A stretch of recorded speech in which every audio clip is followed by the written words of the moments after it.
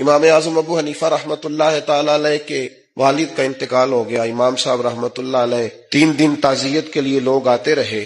چوتھے دن گلی سے گزر رہے تھے، آپ کے ساتھ خدام شاگرد ارادت مند بھی تھے. گلی میں گئے تو وہاں آپ کا ایک مخالف، مسلمان تھا، مومن کہلاتا تھا، پر آپ کا مخالف تھا. تو وہ چوک میں آپ کو مل گیا، السلام علیکم کے فوراً بات کرنے لگا، اے نعمان بن ثابت، میں نے سنا آپ کے والد کا انتقال ہو گیا. میں نے فرمایا ہاں.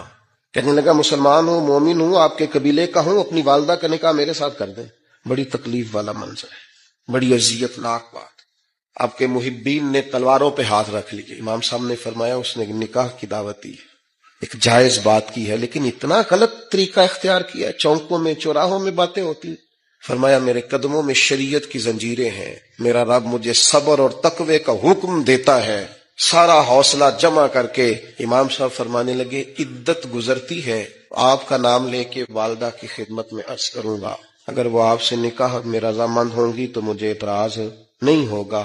یہ جملے کہے، پھر بوجھل قدموں سے 4 قدم آگے اٹھائے تو امام صاحب کے آنسو نکل گئے، اور اپنے آنسو پوچھ کے کہنے لگے، کئی دفعہ یہ اخلاق کتنے صبر آزما ہو جاتا ہے اور کتنی مشکل میں انسان کو لے جاتا ہے. ابھی امام صاحب اگلے چوک میں گئے تھے، وہ دھڑام سے زمین پہ گرا، اس کی روح پرواز کر گئی. لوگ دوڑے آئے، کہا حضور اس کا انتقال ہو گیا.